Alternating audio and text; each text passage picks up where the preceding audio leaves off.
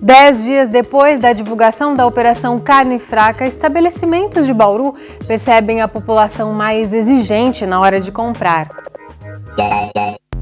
Consumidor passou a perguntar a procedência da carne no açougue. Essa especialista explica qual tipo é mais seguro para o consumo. Tecnologia a serviço da acessibilidade. Você vai conhecer o laboratório de informática da APAI, que permite a comunicação até pelo movimento dos olhos. Na entrevista do dia, o jornalista do site Canhota 10 analisa o atual cenário do esporte bauruense de alto rendimento. Já está no ar o Unesp Notícias desta segunda-feira, 27 de março.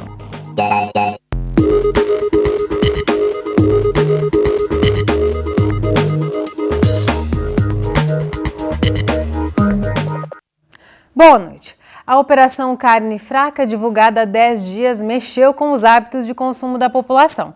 O brasileiro não chegou a parar de comer carne, mas está mais atento ao que compra.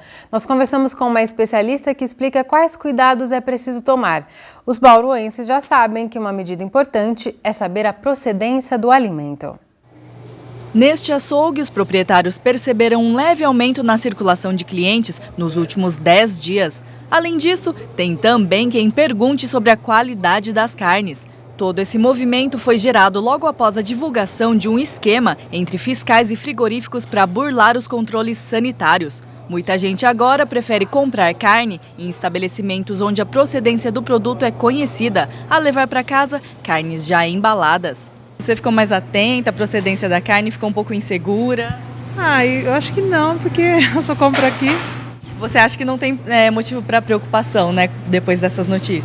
Bom, de minha parte não, né, porque eu confio onde eu estou comprando, né. Estou preocupada, lógico, né, mas eu costumo comprar onde eu tenho confiança, né. Eu continuo comprando nesses mesmos lugares que eu sei que tem carne boa, né, assim, de qualidade e sem problemas. O objetivo da Operação Carne Fraca da Polícia Federal era desmontar um esquema de liberação de carnes para venda sem a devida fiscalização. A investigação acabou encontrando irregularidades em alguns frigoríficos, como o uso de aditivos químicos para mascarar carne vencida. 21 frigoríficos estão sendo investigados e 5 já foram interditados. Por causa da repercussão dessa operação, a exportação de carne brasileira ficou prejudicada e os consumidores receosos. Para deixar o cliente mais tranquilo, a Luciana não se incomoda em explicar sobre a origem das carnes que ela oferece. Eles querem saber de onde que vem, que é fresquinho. Aqui mesmo a vigilância vem direto, sempre batendo, sempre atualizando. E a parte de linguiça mesmo, vive fazendo inspeção direto. O estabelecimento existe há mais de 30 anos e a Hortência é mais uma das clientes fiéis. Para levar só carne de qualidade, ela presta atenção em alguns aspectos do produto. A aparência, a cor, né? O cheiro. Você pega numa carne, se ela estiver visgando assim, melenta, eu não compro. E aqui, nós tem muitos anos que eu compro carne aqui. Sempre comprei aqui. Nunca tive problema com isso açougue. Apesar do alarde, esta nutricionista explica que quem consome carne não precisa mudar os hábitos, já que as irregularidades foram casos isolados. Isso que aconteceu, eu acho que serviu muito para os grandes frigoríficos, para que eles fiquem atentos realmente ao cumprimento da legislação. Mas a população, ela pode ficar tranquila, porque toda a carne, ela é inspecionada. O problema não é só com a carne embalada, né? Não é só a carne embalada que passa por inspeção. As carnes que não são embaladas, aquelas que a gente vê pendurada no açougue, em quartos, elas também são inspecionadas. Então eu acho que não há o porquê da população ficar tão alarmada assim. Antes de levar o produto para casa, é só manter alguns cuidados. Observar como estão as pessoas que manipulam essa carne. Se elas estão com a roupa limpa, né? Se o uniforme está completo. Com relação à carne, observar a coloração. A gente tem que ver que aquelas carnes que não são embaladas a vácuo, elas têm uma cor mais vermelha. A carne que é embalada a vácuo, ela tem uma cor marrom, é normal, porque está sem o oxigênio dentro. Depois da abertura, ela volta à coloração normal. Com relação àquelas carnes que ficam expostas, penduradas dentro do balcão do açougue, a gente tem que observar se não tem muita carne ali dentro que atrapalhe a circulação de ar, né? Porque aquelas carnes são refrigeradas, então eu não posso abastecer muito o meu balcão do açougue com carne, porque isso atrapalha a refrigeração, compromete a qualidade da carne também. Agora uma notícia de saúde. Os trabalhadores da FAMESP anunciaram greve a partir de quinta-feira agora. A FAMESP gerencia o Hospital Estadual, o Manuel de Abreu, o Hospital de Base, a Maternidade Santa Isabel e o Ambulatório Médico de Especialidades. De acordo com o Sindicato dos Auxiliares e Técnicos de Enfermagem empregados em estabelecimentos de serviços de saúde de Bauru, 30% dos funcionários continuarão trabalhando para manter os atendimentos de urgência. Os trabalhadores recusaram a proposta da FAMESP de 3% de reajuste salarial, mais R$ 61 de aumento no ticket.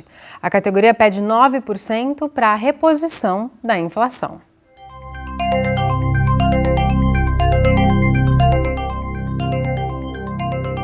A semana começou com chuvinha e temperaturas amenas. O tempo deve voltar a ficar estável, mas o clima mais fresco de outono continua nos próximos dias. Os detalhes no boletim do IPMET. A semana começa com a segunda-feira com tempo instável, com a atuação de sistemas de baixa pressão, que acabou resultando em um tempo mais instável com ocorrências de chuva. No decorrer da semana, o tempo volta a ficar instável e não deve ocorrer mais chuvas, pelo menos até quinta-feira. Mas o tempo deve ficar com o sol entre muitas nuvens e as temperaturas devem permanecer estáveis.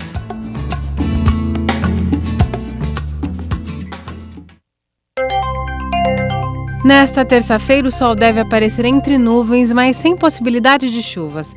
Bauru segue a tendência do estado. Agora, a umidade do ar é alta, de 74%. Hoje, os termômetros variaram entre 18 e 25 graus. Para amanhã, a mínima prevista é de 17 e a máxima de 29 graus. Depois do intervalo, você vai ver como a tecnologia é fundamental para a comunicação de pessoas com deficiências. No Laboratório de Tecnologias Educacionais da APAI, diferentes recursos ajudam na reabilitação dos alunos. Voltamos num instante só. A gente mostra agora como a tecnologia pode ser decisiva na inclusão de pessoas com deficiência. A APAI em Bauru mantém um laboratório com recursos que atendem a diferentes necessidades dos usuários. Para eles, uma forma divertida de aprender e até de se expressar. A falta de mobilidade da Maiara não a impede de usar o computador. Com esse equipamento acoplado ao monitor, ela consegue clicar no que deseja apenas com o movimento dos olhos. Ele funciona como um mouse e permite que a Maiara se comunique mesmo sem mexer as mãos e falar. Já para a Aline, o acessório é outro. Como ela movimenta as mãos, a comunicação é feita com a ajuda de um tablet. Aqui na APAI, as aulas de informática são assim, adaptadas de acordo com a necessidade dos alunos. A gente tem mouses adaptados, tem algumas outras adaptações que a gente consegue fazer com que o aluno consiga realmente ter o acesso ao computador, né? Derrubar essas barreiras através dessas adaptações. Então a gente tem a oficina de tecnologia assistiva nossa também que dá uma força, né, para a gente nessas adaptações, a esses recursos, na verdade, né? E a gente também busca parceria com empresas, né, para tentar oferecer aí outros recursos que muitas vezes são mais caros. O uso da tecnologia colabora para que tanto os alunos quanto os usuários da instituição se desenvolvam melhor. As aulas no Laboratório de Tecnologia já estão integradas à grade curricular. O Laboratório de Informática, na verdade, ele faz parte da nossa disciplina de informática, né, que está dentro dos componentes curriculares. Né? Então, nós temos aulas uma vez por semana, de 1 hora para cada turma. Né, para cada classe que nós temos, tanto atendimento para o EJA como para o ensino fundamental. Mas não é só para estimular um aprendizado novo que os computadores servem. Programas específicos também fazem a diferença no bem-estar de pessoas com deficiência. Quem não consegue se comunicar com fala ou gestos, por exemplo, pode se beneficiar com essas adaptações. Um dos softwares usados, o Olus, foi desenvolvido dentro da APAI Bauru, em parceria com outras instituições. Além de facilitar a comunicação, o programa oferece a criação de aulas e até jogos. O Holos foi uma criação junto aqui da PAI de Bauru, né, na verdade, junto com o CTI, com algumas outras empresas que iniciaram lá atrás, na verdade, esse processo, e foi uma identificação nossa, né, que a gente sabe que tem softwares que não são adequados, vamos dizer assim, né. A gente precisava de um software que ele te possibilitasse, na verdade, né, montar as aulas, as atividades de acordo com o que o professor necessita em sala de aula, né? Então, isso que é o bacana do Holos, na verdade, né? A gente poder oferecer especificamente o que o aluno precisa trabalhar. Entre os alunos, a aula de informática é uma das mais esperadas da semana. Por aprenderem de forma lúdica, o processo se torna mais simples e prazeroso. Facilidade também para os professores, que enxergam na tecnologia um recurso para aprimorar as aulas. A informática, para nós, na Escola de Educação Especial, ela é uma informática diferenciada, né? Não é apenas conhecer a máquina, uma programação ou uma digitação. Não, ele tem um foco como um recurso para o professor. Então, aquilo que o aluno trabalhou durante a semana em sala de aula com o professor regente, ele vem para uma conclusão, porque assim, a informática ela dá possibilidades para o aluno, né, de uma interação maior, um desenvolvimento maior, uma facilidade maior, coisas que às vezes ele não consegue em sala de aula, né, tá desenvolvendo, no laboratório ele consegue. No próximo bloco, o assunto é esporte local. O jornalista Fernando BH, responsável pelo site Canhota 10, analisa o atual momento das 3 modalidades profissionais: vôlei, basquete e futebol. Continue com a gente que o intervalo é bem rápido. Estamos de volta e o assunto agora é esporte. As 3 modalidades de alto rendimento da cidade passam por momentos cruciais. O vôlei acaba de ser eliminado na Superliga nas quartas de final. O Noroeste está à beira de um novo rebaixamento na Série A3 do Paulista. E o Bauru Basquete tenta a classificação entre os 4 primeiros para os playoffs no NBB, o Novo Basquete Brasil. Para comentar esse cenário, recebemos em nosso estúdio o jornalista esportivo responsável pelo site Canhota 10, o Fernando BH. BH, muito obrigada por sua presença aqui no Nesp Notícias. Obrigado pelo convite. Vou fazer então um balanço geral. Começamos pelo vôlei. O vôlei chegou nas quartas de final, a gente falou aqui pela primeira vez e a gente ficou com um gostinho amargo com essa eliminação, principalmente porque o primeiro jogo contra o Minas, na série em que Bauru foi eliminado, foi um jogo muito bom. Você acha que esse elenco ele tinha gás para ir mais longe no campeonato? Cumpriu o objetivo, que era chegar às quartas, e tinha aquele sonho de beliscar uma semifinal que já faria história. Tinha condições para isso, mas se você analisar o adversário, que é o Minas, tá de bom tamanho e podia ser uma surpresa. Não acho que seja decepção, acho que a decepção foi construída exatamente porque aquele jogo em Belo Horizonte foi quase. Elas quase ganharam. E acho que por isso ficou essa sensação, mas acho que o balanço é positivo, sim. O próximo campeonato mais importante que elas têm pela frente é o Paulista, só no segundo semestre. Você acredita que pode haver um desmonte dessa equipe até lá? Acho que desmonte não, mas como o principal campeonato do calendário é a Superliga, talvez guardem alguns cartuchos e até mesmo economizem um pouco de recursos para reforçar mais para a Superliga, se bem que o Paulista é curto e é ótimo exatamente para calejar o elenco. Mas pelo entusiasmo que a gente vê do patrocinador, eles devem continuar investindo e acho que o grande segredo é segurar as principais peças desse elenco, a começar pela Brenda Castilho, que é excepcional e, na minha opinião, a craque dessa Superliga. Deve estar sendo muito cobiçada pelos outros Provavelmente times. Vai ser bastante assediada. Falando então do basquete, o Bauru Basquete tenta se classificar entre os 4 para os playoffs do NBB. Perdeu recentemente o Etsheimer, aquele que poderia ser considerado o melhor do time. Você acha que isso abalou a equipe ou a equipe deve se classificar sem grandes dificuldades com essa meta entre os 4? Eu acho que deve se classificar entre os 4, mas tem a disputa ali, é vitória a vitória, não pode bobear como teve algumas vitórias que escaparam aí durante essa campanha. Agora, em relação ao Etsheimer, eu penso que já foi superada a saída dele. Se nós pensarmos que ele ter disputado uma parte do campeonato já foi vamos dizer assim, uma sobrevida, porque a saída dele era iminente desde o início da competição, o time aproveitou enquanto pôde a presença dele e se adaptou rapidamente à saída, focou mais na defesa, o Chilton assumiu o papel no lugar dele, não como pontuador como ele era, mas reforçando a defesa.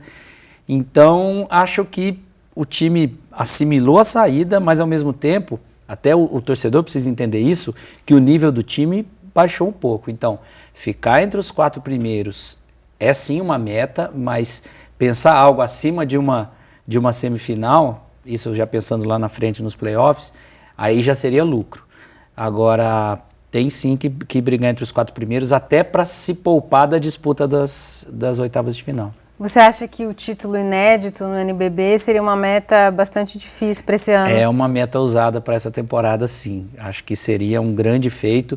Mas, ao mesmo tempo, como é um campeonato que os times têm oscilado muito, o Flamengo, Brasília, Mogi, tem tido derrotas que não estavam na conta desses times, não é impossível que numa disputa de playoffs Bauru consiga surpreender numa semifinal, chegar à final novamente.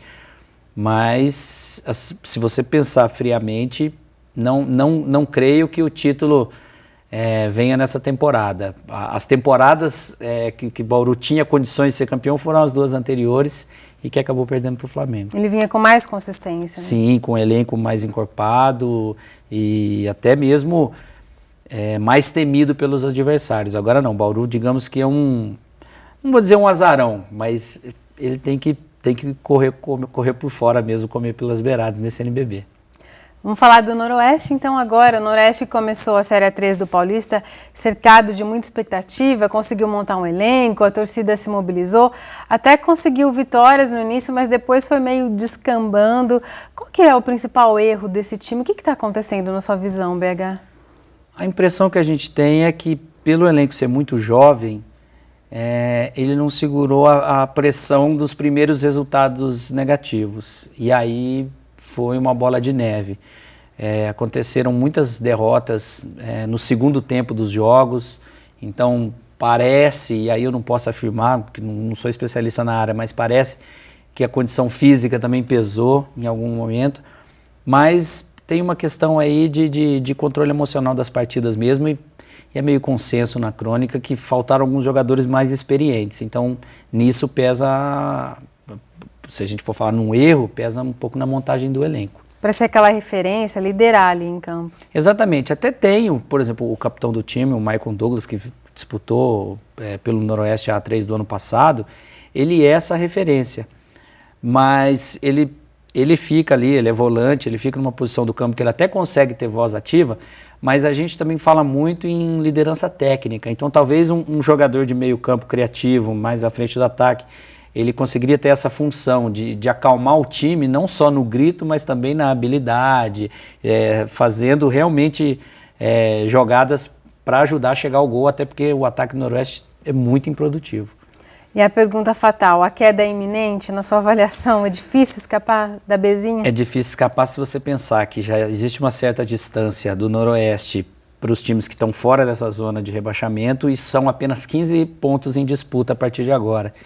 Mas tem aquela pontinha de esperança de torcedor de que ainda dá para escapar. E já que o Vitor Hugo, o treinador que chegou em cima da hora para essa partida, e é depositada nele essa esperança de salvar o time de rebaixamento, como ele conseguiu no ano passado, esperamos que agora, com mais tempo para trabalhar, ele realmente consiga colocar a marca dele nesse elenco. Para a gente concluir, se o Noroeste vir a cair mesmo, como que fica a situação dessa atual diretoria? Você tem algum palpite? Olha, palavras do próprio presidente Estevam Pegoraro, que seja qual for o resultado dessa competição, ele segue firme, com um trabalho de longo prazo para colocar a casa em ordem. Ele, inclusive, assumiu a bronca de que, mesmo caindo, e talvez caindo por não ter montado um elenco tão forte, mas o que cabia dentro do bolso. Então, eu estou contando com a palavra dele, de que ele segue e para continuar colocando o Noroeste nos trilhos financeiramente. E isso, de fato, nesse ponto, ele tem conseguido. E até tem algumas façanhas aí de ter trazido o torcedor de volta para o estádio, de estar conseguindo pagar dívidas, enfim. Eu conto com a palavra dele, e a expectativa é essa. Tá certo, muito obrigada por sua análise aqui. Obrigado. O Unesp Notícias fica por aqui. Se você quiser rever o conteúdo desta e de outras edições, é só acessar o site da TV Unesp ou a página no Facebook. Até amanhã. Tchau. Música